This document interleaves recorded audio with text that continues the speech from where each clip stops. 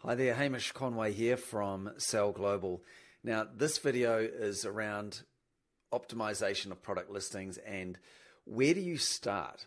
Because if you've got a bigger catalog, it can become very overwhelming, and there's a way to be thinking about it to get results fast.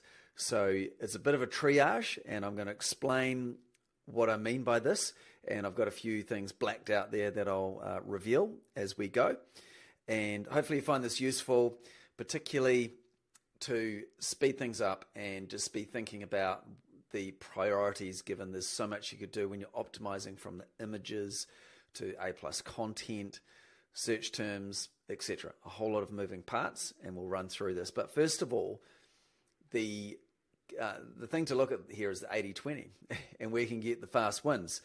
So there's levels of optimization. There's fully optimized like A1, and that's ultimately where you want to be. If you could be there with every product, that would be amazing. The reality is that takes time and often money to get to that point. So you've got to maybe pick and choose. And Amazon typically will have the 80-20 will play out in your catalog, as it probably does in many areas of the business. So you can identify those high-performing products that you know you want to lock in and just have them ongoingly be good. And so we call it head, shoulder, tail. And so a head is, this might be 10% or 20% of your listings, and they are A1. Image stacks on point, video, A+ content, titles looking amazing, bullets looking amazing, and it is just ready to go. And then your shoulder might be an abridged A+ content, more of a brand story rather than tables, etc. And then your tail might not have any A+ content at all, but just be very clear on the titles, the bullets, and the images, and you leave it at that. So that's an example of what I mean. Now, also, there's some other things that you don't want to overlook here, particularly if you've got a larger catalog and you might be a vendor seller. You want to be making sure that you have stock, you're in stock at Amazon already, and Amazon is sending you POs and you are fulfilling those POs. You might also consider that you could be in stock and Amazon isn't ordering, so you want to do something about that to grow those sales and have and get some momentum. And regardless of whether you're vendor or third party, thinking about availability of stock. Is this going to be a product that is just seasonal, or is this going to be a product that is going to be evergreen? And the evergreen products you really want to be putting the effort into more so than seasonal. I mean, you want to be optimizing every listing to give it the best chance. There's just being realistic that sometimes that's not possible, just given time and resources and capacity to make that work. Now, I've got three models here that I'm going to run through. And so this first one, as you are selecting what do we do, is around traffic or glance views or sessions, and then conversion rate. And these are metrics that you can get out of your Seller Central account. As a vendor, conversion rate is harder. We've got some analytics tools that do this at a at a SKU level, which is really helpful for going, okay, which products have high traffic, are converting well, and then that dictates what we would look at in terms of making improvements. So as we come down here, I'm just actually going to just delete that. And we're starting here at number 1. So the idea here is that if it's high traffic and it's low conversion, what are we doing about that? Because we should be doing better. And this can be quick win. If we can bump that conversion rate by 20%, 25%, even double it, then that's going to lead to more sales. So people are obviously looking at it, but they're not buying. So we're going to look at why is that? And is the offer compelling? Do we need to do an image stack overhaul to really be clear on the messaging, the features, and the benefits of those features making sense? Do we need to de-risk it in some way? And a whole bunch of other things. But this is a key area to focus on first. Then, if it's high traffic and high conversion, this is your kind of hero product, and it's more about locking it in. You want to be the best in your category, so you do not give the competition a sniff at getting in there to take over your sales. So that's the reason why you'd really want to put attention on this here. You might not get as big an uplift in sales from this. This is more of a defense approach, but it's so important because People are coming after you on Amazon all the time, so you've got to lock it in.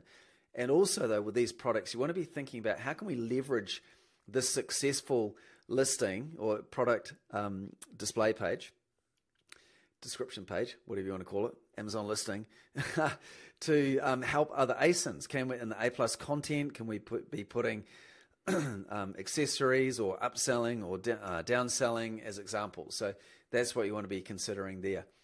Then, if we're moving on to number 3, it's got high conversion but low traffic. So there's something not quite right here in terms of getting more eyeballs on it. So is the hero image something that needs work? And hero images are critical to get right. More relevant keywords in the title, in the top 3 bullets, making sure you're indexing properly in the right node. And also, can you show this product in other ASINs in the A+? And then we get to an interesting one. It's low conversion rate and it's low traffic. Now, you might have discounted this already in that Amazon might not be sending you purchase orders, but mostly here is you've got to consider, do you even keep this product? Because it is actually quite hard to resurrect a product that has got poor stats with Amazon. So what are you going to do to make it go live again? And often, and particularly in Australia, a lot of brands started out doing their full catalog. And now they're realizing that actually that is too much. And do we just need to let go of some of these products? And that's a valid approach to do. Often, if you're being more focused, you'll get better results. So do consider that. Is it compelling compared to the competition? Otherwise, is a full overhaul, that's what will be required. Is it actually worth the effort? So a slightly different take on that. Okay, so that's the first model there. Now, looking at the second one, which is around conversion and already high existing sales. So what I consider here is if it's already high in sales, but conversion rate is low, then again, this is a bit like traffic, but this is existing sales, like it is performing really well. And that would mean that the volume is there, right? Because back over here, it could be just low actual traffic in the scheme of things. So we like to start here because can you make this high performer be even better is what we want to look at. And then I jump over here to it's converting well, but it's not actually selling as well as you'd like. So again, this is an eyeballs problem and we've got to get more traffic on it. Ads would be part of the equation, but even from a content point of view, and I'll share this in a moment. Then we come over to high conversion, high existing sales. We like this area here. And 4 below is kind of a similar story to what we had previously. So if we were to, excuse me there, I'll have to get rid of that little duplicate. So here, starting at 1, focus, if it's low conversion, just focus on the clarity of the offer, the image stack and the order of that image stack and the messaging on it, A+ content to really help boost that conversion rate. Amazon will say it improves conversion by 8% to 13%, whatever the stats are. It does make a difference. And also thinking about mobile as we go with this here as well. A better feature benefit link, as I've described before. You've really got to look at this here with fresh eyes. And if you go and buy a product on Amazon, like not your product, but a product, think through that process. Like, why did you choose the products? What did you look at? What helped you hit buy now? Where was the risk reduced? And did you clearly understand the value equation of what you're getting? And then go and have a look at your product and start to buy your product and think like a customer. What do you notice? And that's where you're going to find a lot of interesting opportunities there to really communicate more clearly to improve that conversion rate. Then over here, focus is more eyeballs. Again, the hero image. There'll be some commonalities here, so I won't dwell on those. Relevant search terms. Consider parent-child or decoupling, because sometimes it could be converting well, but it's not getting the visibility because it's under a parent and a higher performing product. So it kind of is in the shadows, you could say, and sometimes decoupling that can make sense. And this is something you need to test in terms of doing a parent-child versus not. And also here again, you want to include it in the A+ of a strong ASIN here as an attachment or a complementary product or accessory, and which is where we go here. This is the ideal spot. And again, but you want to leverage this sort of product to help your other products here, and just lock it in. This is very similar here. You just want to lock this in and not give the competition a sniff. And identical down here. If it's low conversion, low existing sales, this is going to be hard work to boost it. Do you even consider it? Okay, then we come over to our next kind of triage point to consider. And this is really important for particularly known brands. So this here is about price. Is it a high price? Is it a low price? Is it a known brand or an unknown brand? And again, in terms of priorities here, we go, well, it is a known brand and the price is higher. We can't just rely on the brand to help us here. This is often these ones here will have a lower conversion rate, and that's what we want to be boosting as well. So I'll go into more details on that, but then we'll come down here to the known brand and it's a lower price. So again, this is locking it in, a bit like over here, there, high conversion there. We want to lock this in and ensure that it's going to be the best product. Then we come over to lower price unknown. This is where we are still going to have to do work because the brand isn't known. So it actually, if your brand is not known, you have to work 10 times harder than a known brand. We've seen examples of clients that we've got that have very well-known brands at a price point in between this $10 and $60. Their content is not best in class. As much as we encourage it, they still are top performing products in their categories. But their brand is so trusted and known that people know exactly what they're getting. They don't need to think about it too much. So that's easy. But as we get over to here, and this is the hardest one here to look at, is a high price of an unknown brand. And this has to be the absolute best content going around to give yourself a chance of breaking through against the bigger brands. And look, as you might be a distributor and you've got a range of brands, and you could have some brands in your portfolio that actually aren't known, even though they're great products. So that would be how you would look at this prioritizing here. And then as we come to here, I should have checked that before, apologies, and gone.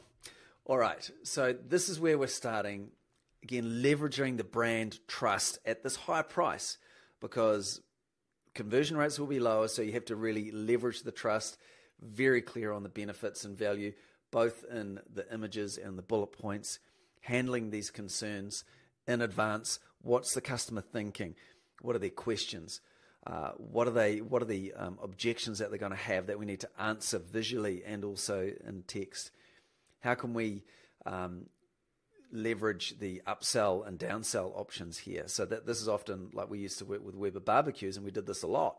We would have a barbecue that was one step up and a barbecue that was one step down, and it was having people choose amongst 3 options from you versus yours and then 2 competitors. So thinking about that at this higher price, again, because we are e-commerce, people cannot touch it, they cannot smell it, they cannot taste it, all those things.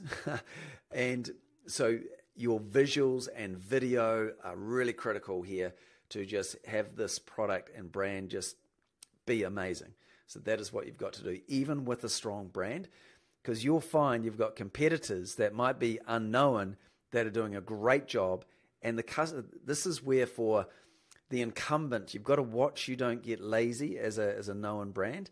And challenger brands on Amazon, they've got as much chance of getting shelf space as you. And this is often in this range here is where we see challenger brands actually eating big brands' lunch because they get a bit lazy, I'm going to say, on their brand and thinking that that will do all the lifting for them. It does some heavy lifting, but not all of it. Then down here, if it's a lower price product, known brand, just really focus on clarity so people know what they're getting. There's no confusion. That's the main thing. You don't need to go into a song and dance about the emotional benefits and the features and all of that there. It's good to do that, but almost you do not want to derail the sale that people are going to be doing already. But again, think about in the A+ content and what else can you be showing with other products or even other brands in your that you look after can be another way to do this, using the real estate for that. And then when we come over here, an unknown brand that is lower price, we still need to build trust with proof, use generated content, brand stories, quality images, clear features and facts in the title, text and images. So just doing a really solid job with that, or with those brands that you have in your stable that are less known. And then the harder one here is your product has to be world class and your brand content needs to be world class as well. Amazing images and video, clear value equation, and handling those concerns.